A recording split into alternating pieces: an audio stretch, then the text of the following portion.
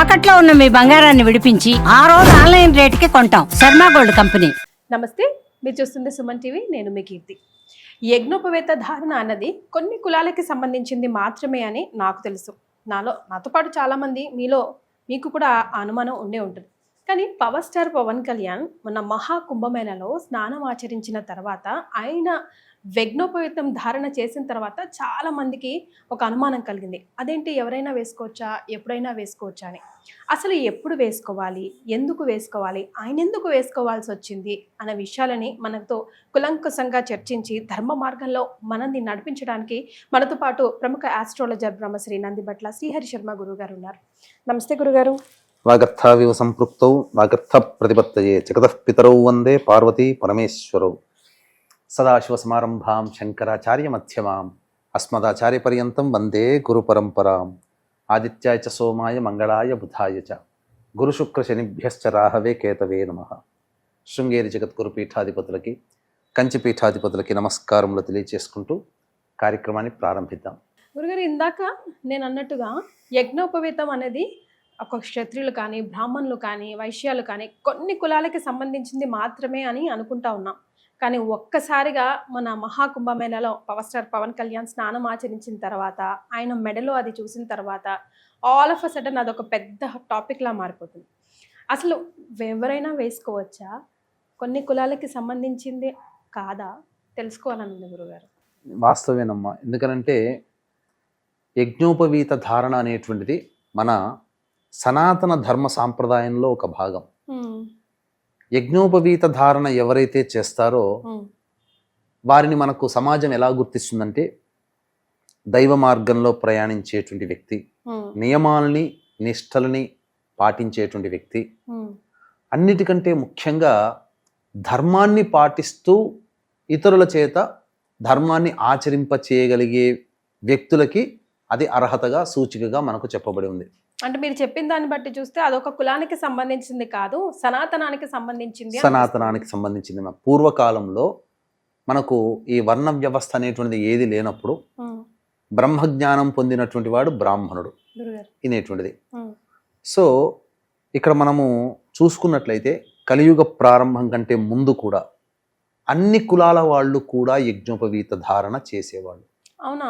అన్ని కులాల వాళ్ళు, ఈ బ్రాహ్మణ క్షత్రియ వైశ్య శూద్ర అనేటువంటి కాకుండా అన్ని కులాల వాళ్ళు ఆచరించేవాళ్ళు. ఇప్పుడు బ్రాహ్మణ కులం నుంచే క్షత్రియ కులం పుట్టింది. అందుకనే క్షత్రియులకు ఉన్నటువంటి ఋషులు, బ్రాహ్మణులకు ఉన్నటువంటి ఋషులు దాదాపుగా 95% మంది ఒకే ఋషులు ఉంటారు అందులో. ఇక వైశ్యులకి సంబంధించినటువంటి గోత్రంలో ఉన్నటువంటి ఋషులు కూడా అలాగే.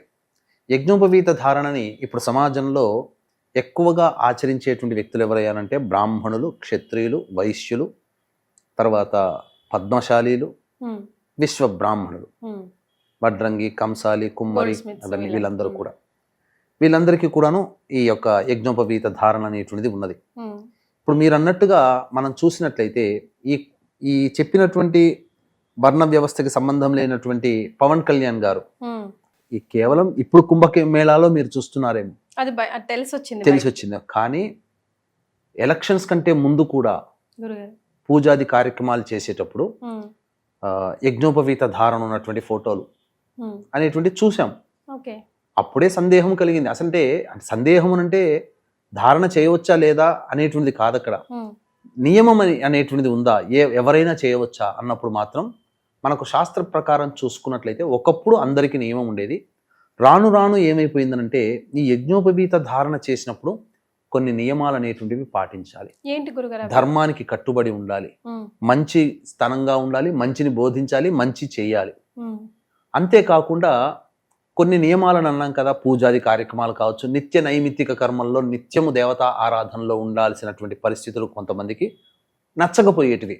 అందుకని దాన్ని త్యజించారు. అందువల్ల ఇప్పుడు అందరికీ చెప్పుకుంటే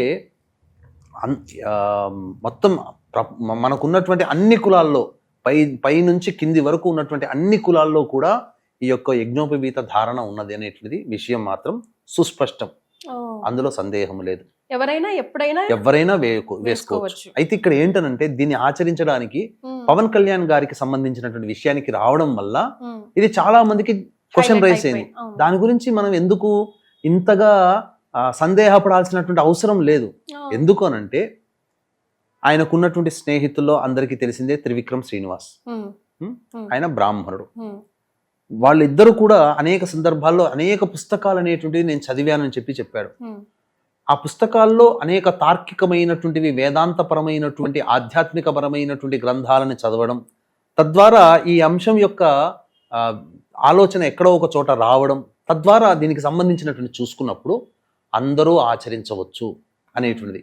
ఇప్పుడు రెడ్లు అనేటువంటిది ఉందమ్మా, ఉమ్, వాళ్ళ క్షత్రియులు అని అనలేము, బ్రాహ్మణులు అని చెప్పలేము, కానీ ఆ రెడ్డి రాజుగా ఉన్నందుకు వాళ్ళు రెడ్లు కూడా ఆచరించారు. ఉమ్, అందులో సందేహం లేదు. దీన్ని యొక్క విధానం వల్ల ఏంటంటే ప్రపంచానికి కూడా తెలియాల్సిన అంశం ఏంటంటే దైవ ఆరాధన, దైవానికి కట్టుబడి ఉండి ధర్మరక్షకుడుగా ఉన్నటువంటి వాడు ఖచ్చితంగా యజ్ఞోపవీత ధారణ చేయాల్సిందే. అది కులానికి సంబంధం లేకుండా లేదు. కూడా. మీకు ఇంకొక విషయం తెలియచేస్తానమ్మా. ఉమ్, ఆ, కాకపోతే అక్కడ ఒక చిన్న పొరపాటు ఏం జరిగిందనంటే గురుగారు. మనకు శూద్ర కమలాకరం అనేటువంటిది ఉంది, కమలాకర భట్టు గారు రచించినటువంటిది. ఇది ఆధారం. ఉమ్, అందులో ఏం చెప్పబడి ఉందనంటే పితృ కార్యక్రమాలు, యజ్ఞ యాగాది కర్మలు చేసినప్పుడు ఉమ్, బంగారముతో చేసినటువంటి యజ్ఞోపవీత ధారణ చేయాలి. ఓ, బ్రాహ్మణులు కూడా ఉహు, వెండితో చేసినటువంటి యజ్ఞోపవీత ధారణ ఉపనయనానికంటే ముందు ఉత్తుత్తి జంధ్యముగా వేస్తారు. ఉమ్, ఉమ్, పెళ్లిలో కూడా, స్నాతక వ్రతంలో కూడా వెండిది వేస్తారు. ఓహో, ఆ, ఓకే. బ్రాహ్మణులకు కానీ వేస్తారు. మొన్న వేసింది పితృ కార్యక్రమాల కోసమే కదా గురుగారు, కాదా? పితృ కార్యక్రమాలు కాదమ్మా, సనాతన ధర్మాన్ని పాటించేటప్పుడు ఆయన ఏం చేశాడు? సతీ సమేతముగా, కుటుంబ సమేతముగా వెళ్ళాడు కదా. అవును. స్నానం ఆచరించేటప్పుడు ఉమ్, శాస్త్ర ప్రకారం ఏ విధంగా చేయాలో ఆ విధంగా చేశాడు. ఇప్పుడు చాలా మందికి ఇప్పుడు పితృ కార్యక్రమాలు చేసేటప్పుడు ఉమ్, కండువనే ఉత్తరీయంగా వేయించి చేయిస్తారు బ్రాహ్మణులు ఎక్కడైనా కానీ. ఉమ్, అయితే ఈ ఉత్తరీయం ధరించడం వల్ల ఏదో ఒక నియమానికి మనం కట్టుబడి ఉన్నాము, నాన్ వెజ్ తినడానికి, మందు తాగడానికి, లేదా ఇతరత్ర విలాసాలు, భోగాలు అనుభవించడానికి ఇది ఎక్కడ అడ్డొస్తుంది, ఇది ఉంటే గనక మనం ఏమైనా పాపం చేస్తున్నామనే ఫీలింగ్ ఉండడం, ఉండడం. ఇలాంటివన్నీ మనుషులకి రావడం వల్ల కొన్ని కులాల వాళ్ళు దీన్ని తీసేస్తే మనం ఫ్రెష్ అయిపోతాం కదా. ఓ, ఏ రకంగా మనకు ఇంకా ఆ ఫీలింగ్, భావన, చెడు భావన అనేటువంటిది ఉండదు కదా ఉమ్, అని చెప్పేసి కొన్ని కులాల వాళ్ళు త్యజించారు. ఉమ్. అది కలియుగం కానీ ప్రారంభంలో మనిషి పుట్టాక ప్రతి ప్రతి ఒక్కరు వాళ్ళు కూడా వేసుకోవచ్చు. వేసుకోవచ్చు. అంటే ఎవరు వేసుకోవచ్చు? ఇటువంటి నియమాలు మద్య మాంసములన్నీ వదిలివేసి దైవత ఆరాధనకి కట్టుబడి ఉండి ఉమ్, నిత్యము దేవతా ఆరాధన చేసినటువంటి వ్యక్తులు వేసుకొని అసలు దేవతా పూజలు, యజ్ఞ యాగాది క్రతువులు చేయాలంటే యజ్ఞోపవీతం ఉండాలి. దేవతా శక్తి రావాలి అని అంటే ఉమ్, యజ్ఞోపవీత ధారణ, గోష్పాదం అంటే పిలక, ఇవన్నీ పెట్టుకోవాలి. ఉమ్. అప్పుడే దేవతని యొక్క అనుగ్రహం అనేటువంటిది కలుగుతుంది. గురుగారు, మరి ఎటువైపు వేసుకోవాలి, ఎన్ని పోగులు వేసుకోవాలి, దానికి సంబంధించిన నియమాలు కూడా ఒక్కొక్కరికి ఒక రకంగా ఉంటాయంటారా?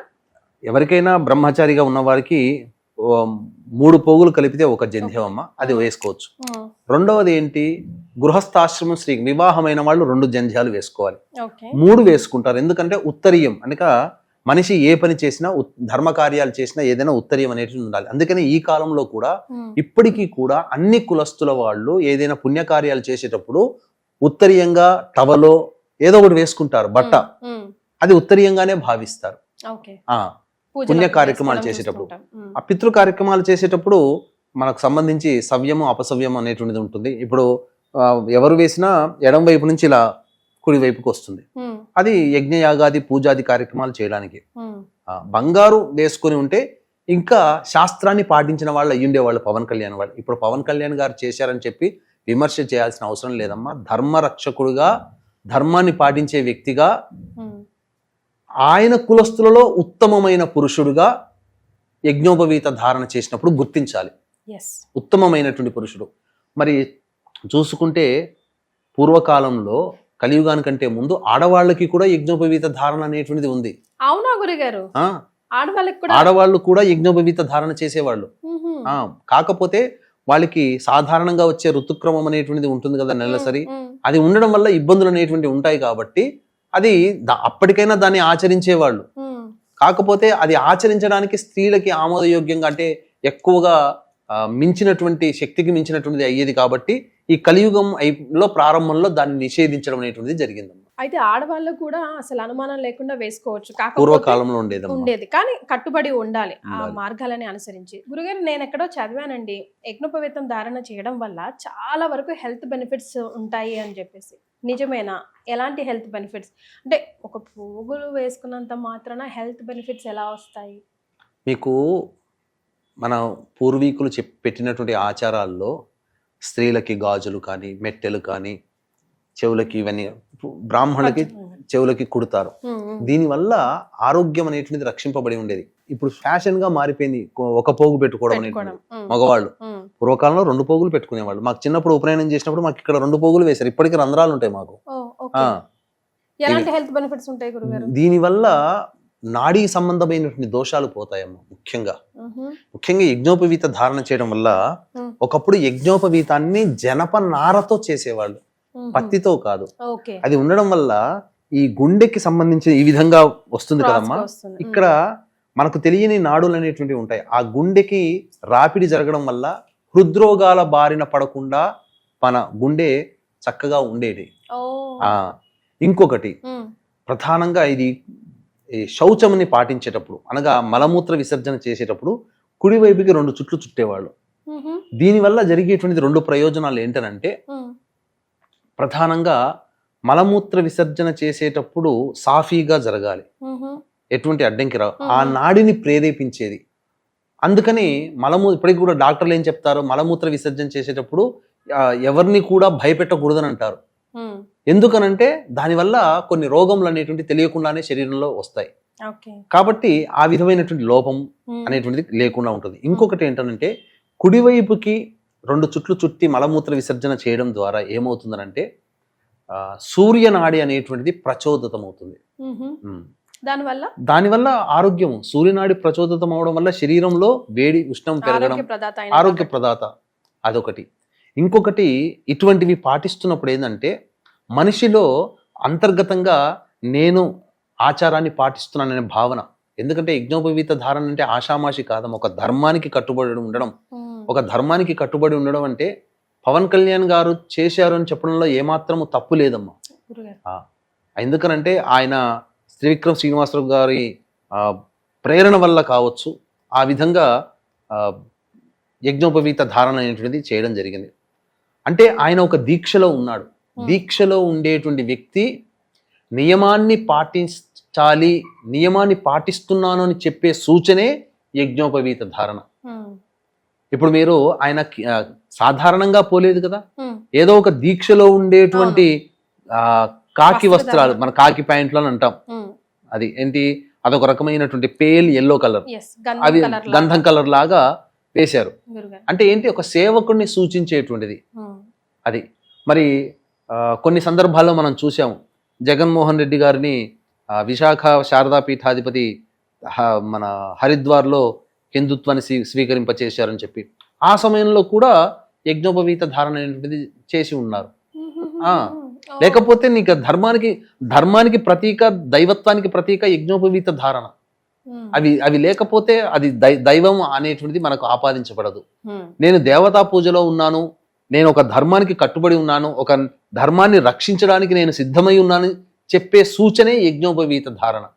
ఆషామాషి ఇప్పుడు బ్రాహ్మణుల్లో కూడా యజ్ఞోపవీతం అంటే తీసి పక్కకు పడేస్తున్నారు. చాలా మంది క్షత్రియులు తీసి పడేస్తున్నారు, వైశ్యులు తీసి పడేస్తున్నారు. అసలు యజ్ఞోపవీత ధారణ చేయని వాళ్ళే ఉన్నారు. ఒక రకంగా చెప్పాలి అంటే యజ్ఞోపవీత ధారణ చేశాడు అని అంటే త్రికాలములలో దైవత ఆరాధన చెయ్యాలి. బ్రాహ్మణుడికి చెప్పినందుకు సంధ్యావందనం, మిగతా వర్ణాల వాళ్ళకి చెప్పినటువంటి విధానంగా చెయ్యాలి.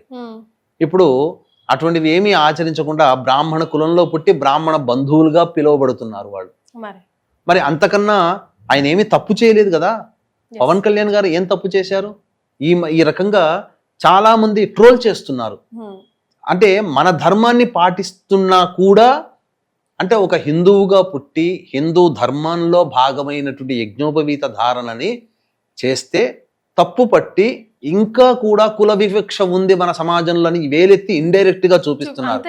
ఇప్పుడు బ్రాహ్మణ క్షత్రియులు శూద్రులు అనేది కాదమ్మా, అది పక్కకు పెట్టుకోండి. బ్రాహ్మణ క్షత్రియ వైశ్యులే ఆచరించాలి, మిగతా వాళ్ళు ఎట్లా ఆచరిస్తారు అని అంటే మిగతా వాళ్ళని వేరు చేసినట్టుగా ఇక్కడ ఎవరో ఆపేక్ష చేసినట్టు, ఎవరో ఆక్షేపణ చేసినట్టు. ఇక్కడ ఎవరో ఆక్షేపణ, ధర్మం వీటాన్ని ఎవరు ఇప్పుడు ఉన్నటువంటి బ్రాహ్మణ క్షత్రియ వైశ్యులు కాదా ధర్మం గురించి మాట్లాడితే అసలు ధర్మం గురించి మాట్లాడాల్సి వచ్చినటువంటి పరిస్థితే వస్తే శూద్ర కులంలో పుట్టి ఈ రోజున ఎంతో మంది మునీశ్వరులైన వాళ్ళు కూడా ఉన్నారు. వాళ్ళని కూడా మనం ఆరాధిస్తున్నాం. గురుగారు, మన వేదాలలో శూద్రులుగా పుట్టి బ్రాహ్మణులుగా మారిన వాళ్ళు ఎవరైనా ఉన్నారా? చాలా మంది ఇదే చెప్తుంటుంటారమ్మా. మనకేంటంటే బ్రాహ్మణ క్షత్రియ వైశ్యులకి మాత్రమే మంత్రాధికారం కలగజేశారు, మరి మిగతా వర్ణాల వారికి ఎవరికి కూడాను ఈ యొక్క వేద విజ్ఞానాన్ని ఇవ్వలేదు. ఎంతో గొప్పదైనటువంటి విజ్ఞానాన్ని అసలు శూద్రులకి ఎవరికి కూడా అందించలేకుండా వీళ్ళు మాత్రమే దాన్ని పొంది మమ్మల్ని ఒక సేవకుల్లాగా చూశారు అని చెప్తున్నారు. అటువంటి వాళ్ళకి కనువిప్పు కలిగించేదే ఇప్పుడు మనం చెప్పుకోబోయేటువంటి విజ్ఞానం అమ్మ. ఎందుకనంటే ప్రామాణికం. ఇది ఇందులో ఏమాత్రము కూడా అసత్యము లేదు, అంతకంటే అధర్మము కూడా లేదు. అంతా సత్యమే, ధర్మ ప్రకారమే మనం చెబుతున్నాం.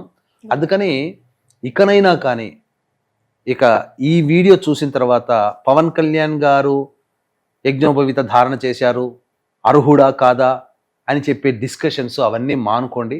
ధర్మానికి రక్షకుడుగా, ధర్మాన్ని పాటించే వ్యక్తిగా, ధర్మానికి రక్షకుడు అవన్నీ పక్కకు పెట్టండి. ధర్మాన్ని పాటిస్తున్నాడా లేదా? అతనేమి ఒంటిగా పోలేదు, ఒంటిగా రాలేదు. భార్యా సమేతముగా సంతానంతో సహా కూడుకొని వెళ్ళి ధర్మాన్ని తాను ఆచరిస్తూ, గుర్తుపెట్టుకోండి, ఏ వ్యక్తి అయినప్పటికీ కూడా ధర్మాన్ని నియమాన్ని తానొక్కడే ఆచరించకుండా తన కుటుంబము చేత కూడా ఆచరించగలిగినటువంటి వ్యక్తే ధర్మాన్ని పాటిస్తాడు, ప్రపంచాన్ని కూడా పాటింప చేస్తాడు, సమాజాన్ని కూడా ఉద్ధరిస్తాడు అనేది ఒక సంకేతము. ఒక ప్రధానంగా ఇది ఒక రకంగా చెప్పాలి అని అంటే ఇది ఒక విషయ జ్ఞానాన్ని అందరికీ తెలియచేస్తున్నట్టే లెక్క. పవన్ కళ్యాణ్ గారు ఒక్కరే వెళ్ళలేదు, గుళ్ళ చుట్టూ ఒక్కడే తిరగలేదు, అంతే కదమ్మా. సతీ సమేతంగా వెళ్ళాడు. కానీ అజ్ఞానాంధకారములో కొట్టుమిట్టాడి టీనేజ్ వయసులో ఉన్నటువంటి పిల్లవాడికి అన్ని దేవాలయాలు తిప్పుతున్నాడు.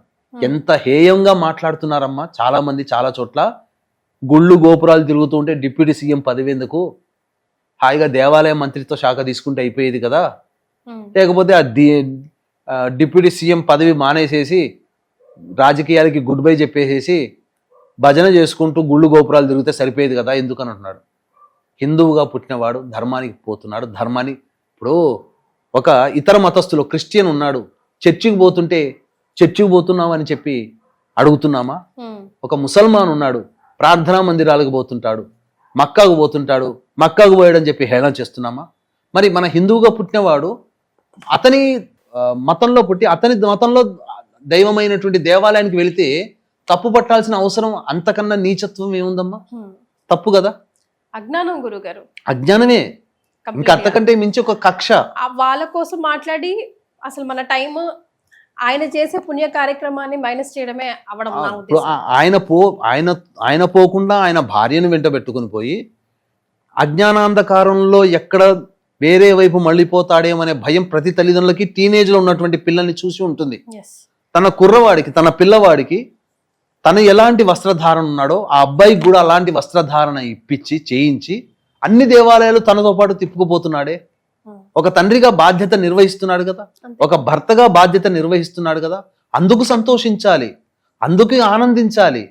అది వదిలిపెట్టి దరిద్రమైనటువంటి మాటలన్నీ మాట్లాడి ఇంకా మన హిందూ ధర్మాన్ని ఇంకా బ్రాహ్మణులు ఇంకా క్షత్రియులు వైశ్యులు ఇంకా ఏదో కమెంట్ చేస్తున్నారు అనేటువంటి నెగిటివ్ని ఇంకా జనాల్లోకి ఇస్తున్నారు. ఇప్పుడు నేను చెప్పబోయేటువంటి ఋషుల పేర్లు గనక చదివితేనమ్మా అసలు ఎవరు బ్రాహ్మణులు ఎవరు శూద్రులు అనేటువంటి విషయం మీకు తెలిసిపోతుంది. ఆ కాలంలో కూడా శూద్రులు ఇంత గొప్పగా వెలుగొందారా? అసలు శూద్ర కులంలో పుట్టినటువంటి వ్యక్తి ఒక వ్యక్తి బ్రాహ్మణులై ఋషులయ్యారా అనే విషయం మీకు తెలుస్తుంది. ఉదాహరణ మీకు తెలియదు, ఎందుకంటే అన్ని చెప్పాలంటే అన్ని నేను గుర్తు పెట్టుకోలేను కదా, నేను రాసుకొచ్చుకొని పెట్టుకున్నానమ్మా. అందులో మీకు తెలియచేస్తాను. అసలు వాస్తవానికి నాలుక కోశారు, చెవుల్లో సీసం పోశారు, మంత్రాలు వినకూడదు శూద్రులకి, మంత్రాలు పలకూడదు అని చెప్పి పలికిన నోరు నాలుకను కోశారు, రెచ్చగొట్టారు. అరే మతం మారలేదని చెప్పి నానా హింసలు పెట్టిన శంభాజీని పెట్టినటువంటి ముస్లిం పాలకుడైనటువంటి ఔరంగజేబుని ఒక మాట అనలేము. ఆయన ఖర్చులకి ఆయన రుమాలు కుట్టుకున్నాడు, కర్చీపులు తయారు చేసుకున్నాడు, టోపీలు తయారు చేసుకుని ఆయన డబ్బు సంపాదించాడు, కానీ వేరే సొమ్ము ముట్టుకోలేదు అని అన్నాడు. ఎన్ని దేవాలయాలు నాశనం చేశాడమ్మా, అదన్నీ మన చరిత్రలో చూసామా? మరి చరిత్రలో చూడనటువంటివి కూడా చాలా ఉన్నాయమ్మా, మనకు తెలియనటువంటివి చాలా ఉన్నాయి. అందుకనే మీకు తెలియచేస్తున్నాను. ఏంటంటే రామాయణ మహాకావ్యాన్ని రచించినటువంటి వాల్మీకి బోయవాడిగా ఉన్నాడు కదా, సరే జన్మలో రత్నాకర శర్మ అని అయ్యుండవచ్చు, కానీ జీవించింది ఎటువంటి జీవితాన్ని? బోయవాడిగా జీవించి ఉన్నాడు కదా. మరి అటువంటి వాల్మీకి మహర్షి అని అంటున్నామా? అట్లాగే వ్యాస భగవానుడు ఈనాడు భాగవతం, భారతం, పురాణాలు, వేదాలు 4 వేదాలని విభజించినటువంటి వాడు, పరాశర మహర్షికి జన్మించినటువంటి వ్యక్తి. కానీ మత్స్యగంధి బెస్త కులంలో పుట్టినటువంటి అమ్మాయికి పుట్టినవాడు కదా. అంటే ఒక శూద్ర స్త్రీ సంజాతుడు కదా వ్యాస మహర్షి. మరి ఆయన వంశం మీదగానే భరతఖండము, భరత వంశం అనేది ఆయన బీజములతోనే వచ్చింది కదా. ధృతరాష్ట్రుడు అయితేంది, కురు పాండవులు అయితేనేమి, వీళ్ళందరూ ఆయన ద్వారా ఆయన సంతానంగా పుట్టిన వాళ్లే కదా. అట్లాగే పుట్టుకతో శూద్రునిగా పుట్టి జూదగాడిగా మారి గొప్ప బ్రహ్మజ్ఞానాన్ని, వేద పాండిత్యాన్ని పొంది ఋగ్వేదంలో గొప్ప పరిశోధన చేసి ఋషిగానే కాదు ఆచార్యుడిగా, అంటే ఒక టీచర్గా, ఐలషు ఋషి అనేటువంటి వాడు పుట్టుకతో శూద్రుడు కాదా? శూద్రురాలికి పుట్టినటువంటి జాబాల కుమారుడైనటువంటి వ్యక్తి గొప్ప పేరు ప్రఖ్యాతులు, గురు విధేయతలతో ఉండి యజుర్వేదంలో కొంత భాగాన్ని రచించిన వాడు జాబాల మహర్షి శూద్రుడు కాదా? మరి జాబాల అంటే ఇప్పుడు యజుర్వేదంలో కొంత భాగాన్ని ఆయన రచించాడమ్మా. ఆ యజుర్వేదాన్ని మేము బ్రాహ్మణులమైనటువంటి వాళ్ళము ఈ యజుర్వేదం ద్వారానే మనుషులకు అందరికీ కూడాను పూజాది కార్యక్రమాలు చేయించేది. పూజాది కార్యక్రమాలన్నీ యజుర్వేదంలోనే ఉన్నాయి. ఇంకొకటమ్మా, దశమహావిద్యలు అని అందరికీ తెలుసు కదా, మాతంగి దేవత కదా. మాతంగి దేవత ఉపాసనకి సంబంధించినటువంటి ఒక్కొక్క మంత్రానికి ఒక ఋషి ఉంటాడు. ఆ మాతంగి అమ్మవారికి ఋషి మతంగ మహర్షి. సాక్షాత్తు పార్వతీదేవిని తన గర్భాన పుట్టవనంటే అమ్మవారు వరమిచ్చి పార్వతీదేవి ఆయన కుటుంబంలో పుట్టిందమ్మా. మరి అంతకన్నా గొప్ప, మరి ఆయన శూద్రుడే మతంగ మహర్షి. మరి పార్వతీదేవి ఆయన కుటుంబంలో పుట్టింది, ఆయన భార్యకు పుట్టింది. మనం ఈ వీడియో ద్వారా చెప్పదలుచుకుంది ఒకటే కదా గురుగారు, ఏంటంటే యజ్ఞోపవేత ధారణ అన్నది అసలు ఒక సవాలు. సనాతన ధర్మాన్ని ముందుకు తీసుకువెళ్ళడానికి అది వేసుకోవాలంటే ఆషామాషి పని కాదు. ప్రతి ఒక్కరూ వేసుకోలేరు, ఎందుకంటే ప్రతి ఒక్కరూ అంత పాజిటివిటీతో అంతగా ఆ ధర్మాన్ని పాటించడానికి ఆ బాధ్యతని తీసుకోలేరు. కాబట్టి పవర్ స్టార్ పవన్ కళ్యాణ్ గారు మనందరికీ తెలిసిందే. నా దృష్టిలో అయితే నాకు ఒక కారణ జన్మలాగానే చూస్తాను. ఇప్పటికీ చాలా మంది పాటించే వాళ్ళు ఇప్పటికీ అన్ని కులస్తులు ఉన్నారమ్మా. కమ్మవారు లేరా? కమ్మ కులస్తుల్లో ఈనాటి కూడా వాళ్ళింట్లో పూజాది పెళ్లిళ్ళు అవుతే వాళ్ళింట్లో కమ్మ వాళ్లే బ్రాహ్మణులుగా ఉండి పురోహితం నడిపినటువంటి వాళ్ళు. ఒక సందర్భంలో ఎన్టీ రామారావు గారు సకాలానికి బ్రాహ్మణుడు రాకపోతే, ఇప్పుడు చిట్టిబాబు గారు అని ఉన్నారు కదా, ఆయన వస్తుంటుంటారు పెద్ద ఆయన, వాళ్ళ నాన్నగారు త్రిపురనేని వారు, వాళ్ళ నాన్నగారు ఉండి ఎన్టీ రామారావుని పిలిపించి బ్రాహ్మణుడు రాలేదయ్యా నువ్వు చేయించు వివాహం అంటే ఎన్టీ రామారావు కూర్చొని వేద మంత్రాలు నేర్చుకున్నాడు. ఎన్టీ రామారావు ఆయన ఉండి దగ్గరుండి పెళ్లి జరిపించాడు. ఈ విషయం ఎవరికైనా తెలుసా? ఎవరికీ తెలియదు. ఇవన్నీ కూడా ప్రతి కులస్తుల్లో ఉన్న ధర్మాన్ని ఇప్పటికీ కూడా యజ్ఞోపవీత ధారణ ఎవరైనా చేయొచ్చు. కాకపోతే ఒక ధర్మాన్ని పాటిస్తూ జీవితాంతం ధర్మాన్ని కట్టుబడి ఉండాలి. అంటే మద్య మాంసాలు వదిలేయాలి. వదిలేయగలిగే ఉంటుందా? ఆదివారం రాగానే నాలిక తిరగబడిపోతుంటది. అంటే ఇక్కడ మనము తప్పుపడుతున్నట్టని కాదు, అసలు తినకూడనటువంటి రోజే ఆదివారం. ఆదివారం రోజునే ఇంకా అసలు పొద్దుగూకక ముందే షాపుల ముందు నిలబడుతుంటాం మనం. చాలా తప్పమ్మా. అంటే మాంసాహారం తినే వాళ్ళని విమర్శన చేయడం కాదు ఇక్కడ. దీని అర్థం ఇక్కడ వీక్షించేటువంటి ప్రేక్షకులలో గమనించాలి ఏంటంటే, మనకు మిగతా రోజులు ఉన్నాయి, ఆదివారం మాత్రం తినకండి. అసలు మాంసాహారం తినడం వల్ల జీవహింస జరుగుతుంది. అది ఎంతటి ప్రారబ్ధ కర్మని మోస్తున్నామో మనకు తెలుసమ్మా తెలియకుండానే. జైన మతస్థులు గాలి కూడా పీల్చుకుంటే గాలిలో కూడా జీవులు వెళ్ళిపోయి చనిపోతాయి శరీరంలోకి అని చెప్పి ముక్కు మూసుకుని వాళ్ళు పెట్టుకుంటారు. కరోనా వచ్చిన తర్వాత మనం మాస్కులు వేసుకున్నాం. అసలు జైన మతస్థులు పుట్టిన దగ్గర నుంచి వాళ్ళు ఆచరించగలిగితే మాస్క్ వేసుకునే ఉంటారు పుట్టిన దగ్గర నుంచి. సో ఫైనల్ గా మనం ప్రేక్షకులకి ఈ వీడియో గురించి చెప్పాల్సి వస్తే ఒక మాటలో ఏం చెప్తారు? ఒక్క మాటలో చెప్పాలనంటేనమ్మా, యజ్ఞోపవీత ధారణ దేవతా కార్యక్రమములందు దైవమందు బద్ధుడై ఉన్నాను, దైవానికి నేను దాసుడని, నేను ధర్మాన్ని పాటిస్తున్నాను, నేను ధర్మాన్ని రక్షిస్తున్నాను అనే భావన ఎవరికైతే ఉంటుందో వాళ్ళందరూ కూడా ఆచరించవచ్చు. యజ్ఞోపవీత ధారణ చేయడంలో తప్పులేదు. కాకపోతే ఇతర కులస్తులకి బంగారంతో చేసినటువంటి యజ్ఞోపవీత ధారణ చేయవచ్చు అని చెప్పి, అది కూడా పితృ కార్యక్రమాలు, నైమిత్తిక యజ్ఞ యాగాది క్రతుల యందు ధారణ చేయవచ్చు. ఎల్లప్పుడూ పవన్ కళ్యాణ్ గారు ఎల్లప్పుడూ నేను అనుకోవడం ఏంటనంటే, సందర్భాలు చాలా తక్కువ, బట్టలు విప్పి స్నానం ఆచరించే సందర్భాలు ఇప్పుడు చూసాం, కానీ సాధారణంగా మనం చూడలేము. కానీ అతను ఒక దీక్షగా ఉన్నప్పుడు మాత్రం యజ్ఞోపవీత ధారణ చేస్తాడు. దీక్ష విరమించిన తర్వాత దాన్ని తీసివేయవచ్చు గాక, కానీ నేను దీక్షలో ఉన్నానని సూచించే ప్రతీకగా ఈ సంబంధించినటువంటి యజ్ఞోపవీత ధారణ ఎవరైనా చేయవచ్చు. కాకపోతే కమలాకర భట్టు గారు చెప్పినటువంటి దాని ప్రకారం అయితే బంగారు యజ్ఞోపవీత ధారణ చేసి ఉంటే ఇంకా ఖచ్చితమైన ధర్మాన్ని ఆయన పాటించి ఉండేవారని చెప్పవచ్చు. ఎన్నో పవిత్రమైన విషయాలు ఈ వీడియో ద్వారా నాకు అటు సుమన్ టీవీ ప్రేక్షకులకు తెలియజేశారు గురుగారు. ధన్యవాదాలు. సర్వం శ్రీ ఉమామహేశ్వర పరబ్రహ్మార్పణమస్తు.